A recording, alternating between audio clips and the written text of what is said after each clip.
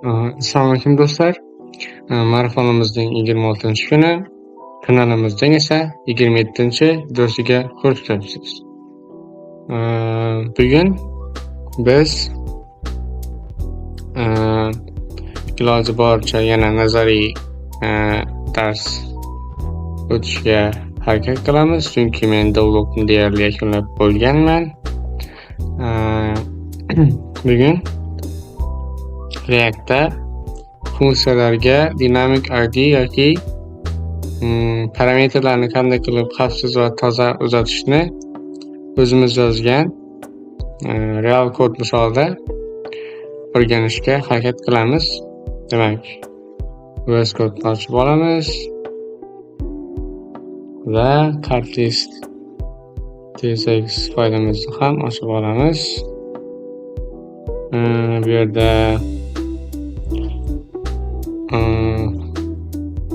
bu yerdagi kod onLike, bu yerda handle like, item ID, bu yerda funksiya arrow function.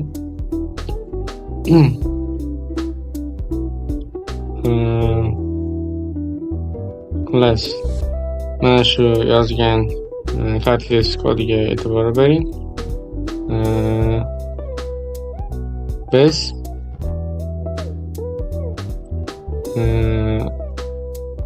har bir loyiha kartasini dinamik ravishda random qilayotganimizda aynan qaysi karta bosilganini bilishimiz uchun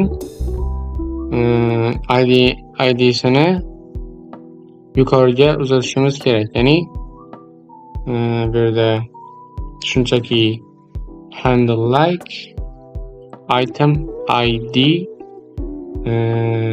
deb yozganimizda sayt yuklanishi bilan cheksiz render xatoligi kelib chiqardi. Shunchaki handle like qilganimizda bu yerda. Buning oldini olish uchun biz bu yerda arrow function ishlatganmiz. Ya'ni arrow funksiya buning ichiga o'rab qo'ydik. Bu tizimga faqatgina tugma bosilganda funksiyani ID bilan chaqirish imkonini beradi va xavfsizlikni juda ham oshiradi.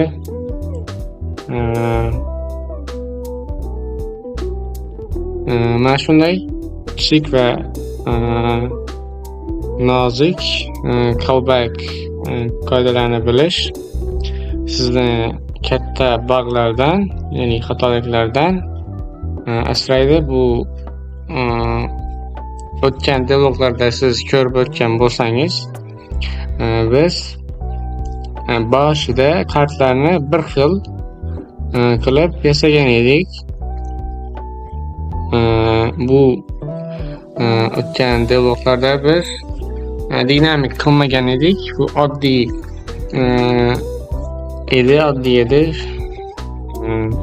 Shuni biz bu devloglarda albatta yaxshiroq qilishga harakat qilib bu funksiyani qo'shganmiz. onLike, handle like va item ID'si bilan tuzatishni va yana juda ham ko'p tuzatishlar bor bu yerda. Bundan tashqari masalan key item ID'si har bitta narsani aniq qilib yozganmiz propslar va har xil funksiyalar orqali.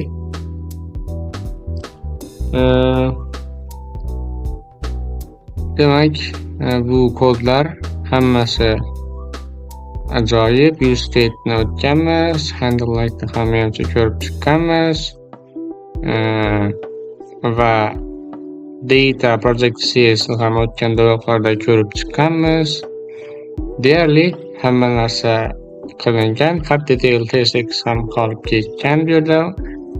Biz unchalik menimcha ko'rsatdik buni. O'tgan davlatlarda juda ham ko'p ko'rsatdik. Biz hozir asosan card tsx va Cartlist bilan ishlash, ya'ni nazariy bilim o'tishga harakat qilyapmiz. Bu yerda app bu boshqa IDE'larga tegishli, bu boshqa sahifaga tegishli, ya'ni batafsil sahifasi yoki boshqa edi menimcha. Bu yerda batafsil sahifasi bor va mana bu yerda mana kartning ichki dinamik sahifasi ekan. Xullas, shunaqa gaplar. Biz bu kodlarni Tayvan sezgisini o'rgandik bu dialoglarda. Bu juda yordam beradi, chunki Tayvan sessiyasida stillar juda ham qisqa va juda unumli. O'zining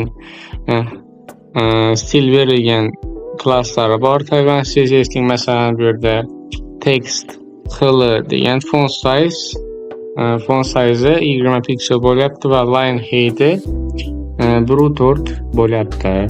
Text xili shunday ishlaydi va juda ham ko'p stillar bor bu yerda. Biz shularni birma-bir ishlatib chiqdik, o'rgandik.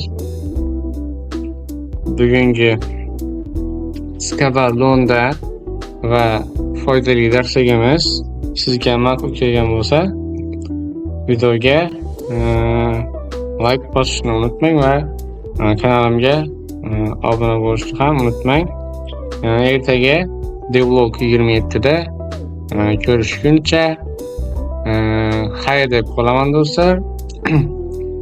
Ko'proq React.js va Tayvan sessiyasini men bilan birgalikda yoki o'zingiz YouTube bilan o'rganishga harakat qiling. Xullas, bugungi devlogimiz qisqa va lo'nda yakunlandi. O'rganishdan to'xtamang. Biz ham kerakli narsalarni video qilib chiqarishda davom etamiz. Ertaga albatta devlog 27 da ko'rishguncha xayr do'stlar.